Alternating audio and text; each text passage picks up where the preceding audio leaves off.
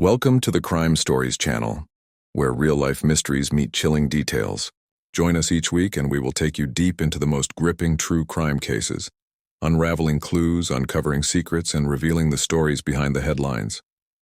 Let the investigation begin. The murder of Dorothy Jane Scott, 1980, California.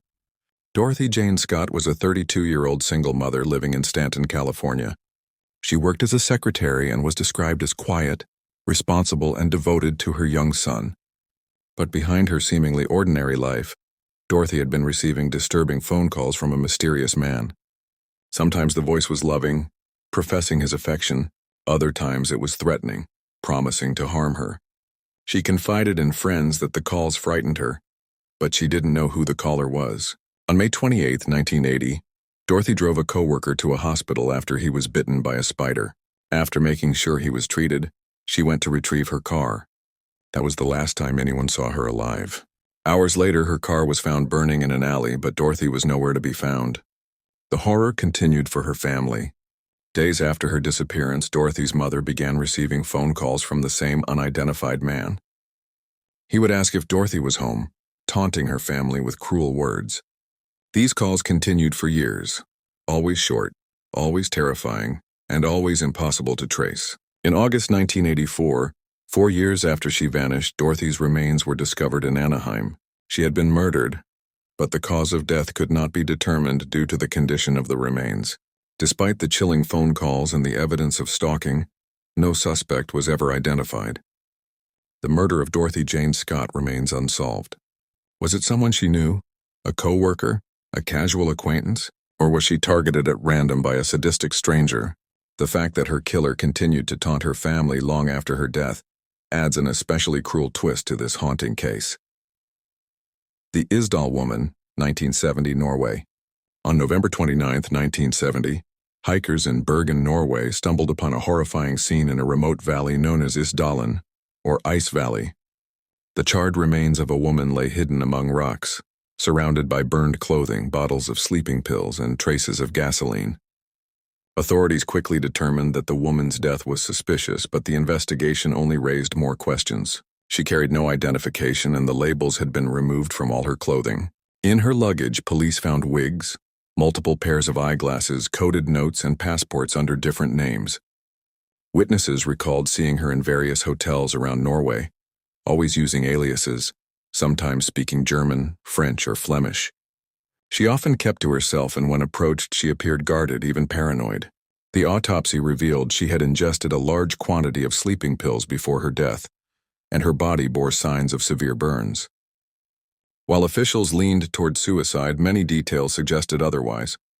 Why did she possess so many disguises? Why the coded notes, which some believe were linked to train schedules? And why was she being followed in the days before her death, as several witnesses later claimed? To this day, her true name, her life, and the circumstances of her death remain one of Europe's greatest mysteries. The Keddie Cabin Murders, 1981, California.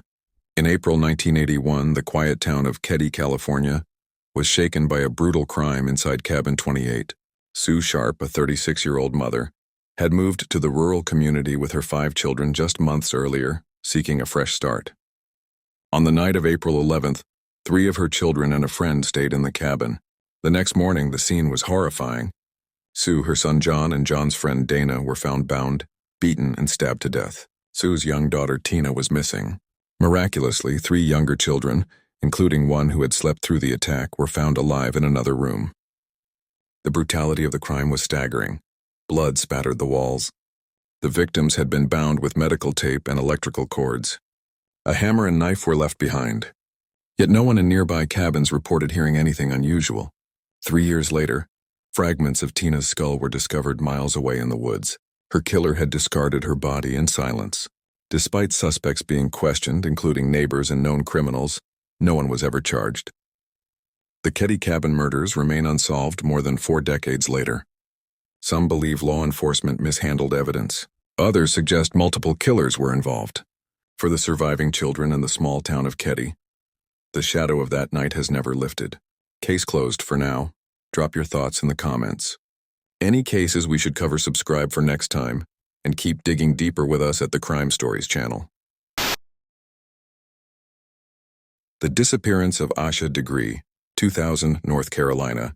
On Valentine's Day in 2000, 9-year-old Asha Degree vanished from her home in Shelby, North Carolina. She wasn't taken in the middle of the night. She left on her own. Around 2:30 a.m., Asha's father checked on her and her brother, finding both sound asleep. But a few hours later, motorists spotted a small girl walking alone along Highway 18 in the cold rain. She was wearing a backpack. That was Asha. By morning, she was gone. When her parents discovered her empty bed, panic set in. A massive search began, but the only clues were a few items in a shed, where she may have sheltered briefly. Days later, her hair bow and pencil were found in a nearby barn. It seemed she had vanished into thin air. A year later, her backpack was discovered buried in plastic bags off a rural highway, miles from home. Inside were clothes that didn't belong to her. No other trace has ever been found. Why would a 9-year-old leave home willingly in the dead of night? Was she lured by someone she trusted? Police suspect foul play, but the mystery remains unsolved. Asha's case is one of the most haunting child disappearances in America, a puzzle of innocence, secrecy, and unanswered questions. The Boy in the Box, 1957, Pennsylvania. In February 1957, a young boy's body was discovered inside a cardboard box in a wooded area of Philadelphia. He was between 3 and 7 years old, malnourished and covered with bruises. He had been wrapped in a blanket. Despite intense media coverage, no one came forward to claim him. For decades, he was known only as America's unknown child. Investigators pursued countless leads, missing children reports, foster homes, even traveling carnivals. But every path led to dead ends. Over time, theories flourished. Some believed he had been an orphan abused in foster care. Others suspected he had been kept hidden by his own family. But with no identity, justice was impossible. Finally, in 2022, advances in forensic genealogy gave him back his name. Joseph Augustus Zarelli. He was 4 years old, born in 1953, but even with his identity restored, the circumstances of his death remain a mystery. Who killed Joseph and why was his life erased so cruelly? More than 60 years later, the boy in the box is no longer nameless, but his story still cries out for justice. And the Villisca Axe Murders, 1912, Iowa. On June 10, 1912, the small town of Villisca, Iowa, woke to a nightmare. Inside the Moore family home, 8 people, including 6 children, were found bludgeoned to death with an axe. The killer had covered mirrors and windows with cloth, and the bodies were hidden beneath blankets. The crime scene suggested both brutality and ritual.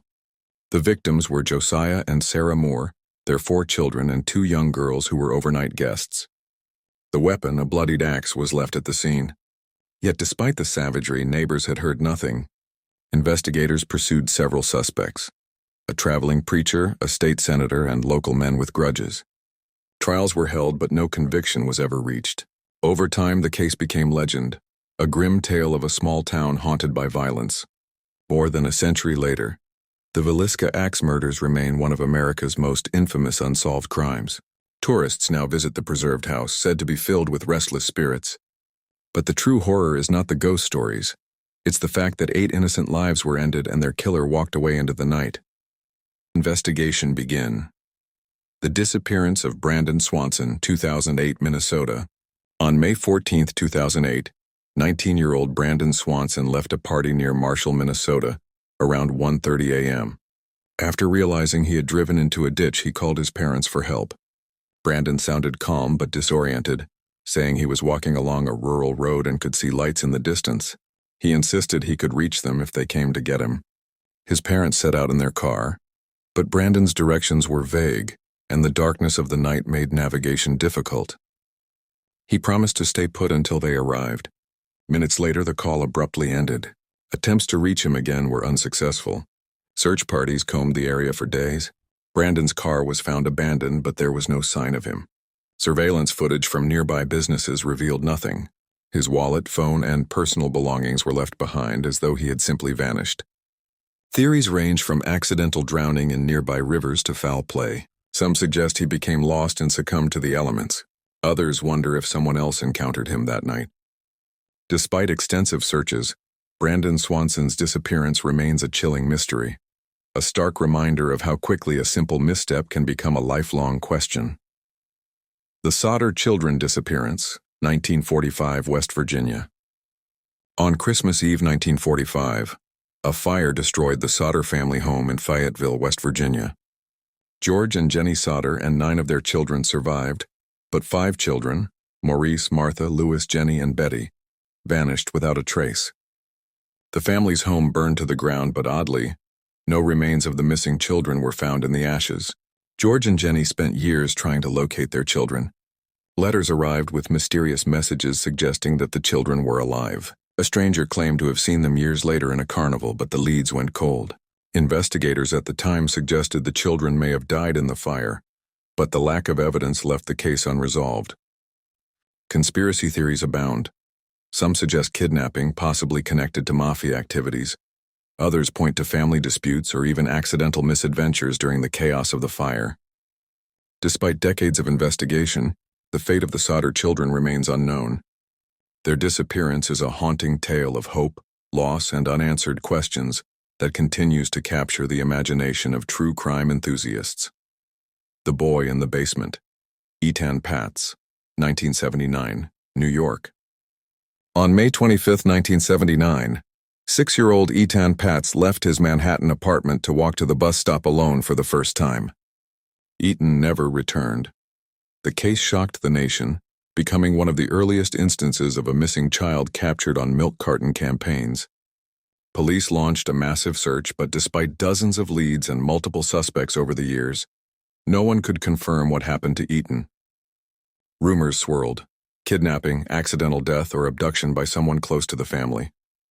In 2012, decades after the disappearance, Pedro Hernandez confessed to the murder. He claimed he lured Etan into a convenience store basement and killed him there. Authorities found partial corroborating evidence, but many details remain unclear. Families and investigators alike are still haunted by the question of how a child could vanish in broad daylight in a busy city. Etan's disappearance reshaped the country's approach to child safety, inspiring nationwide programs and legislation. Yet despite the closure Hernandez provided, the fear and uncertainty that gripped the city on that day still linger in memory. Murder of Elizabeth Short, the Black Dahlia, 1947, California. In January 1947, Los Angeles was shocked by a gruesome discovery. Elizabeth Short, a 22-year-old aspiring actress, was found murdered in a vacant lot. Her body was severed at the waist, drained of blood, and posed in a grotesque manner. The newspapers quickly dubbed her the Black Dahlia, sensationalizing the case. Elizabeth had moved to Los Angeles to pursue stardom, but her life had been marred by financial struggles and unstable relationships. Friends described her as vivacious and ambitious, yet vulnerable. On the night she vanished, she had been in contact with several acquaintances, but no one could account for her whereabouts. The investigation was massive, drawing thousands of tips and hundreds of suspects. Police explored connections to organized crime, jealous lovers, and even fellow actors, but no one was ever charged. The case remains officially unsolved. The murder of Elizabeth Short became an American legend, a dark symbol of obsession, media frenzy, and the fragility of life in the pursuit of fame. Even today, the Black Dahlia continues to captivate and horrify true crime enthusiasts worldwide. The disappearance of Maura Murray, 2004, New Hampshire. On February 9, 2004, 21-year-old nursing student Maura Murray vanished after crashing her car on Route 112 in Haverhill, New Hampshire. Maura had informed her professor she was taking a week off due to a family emergency, but she did not provide details. Witnesses saw her near her vehicle, appearing calm but mysterious. She spoke briefly with a passing motorist and then disappeared into the snowy woods. Despite a massive search by local authorities and volunteers, no trace of Maura was ever found. Over the years, theories have ranged from accidental death due to exposure, to voluntary disappearance, to foul play.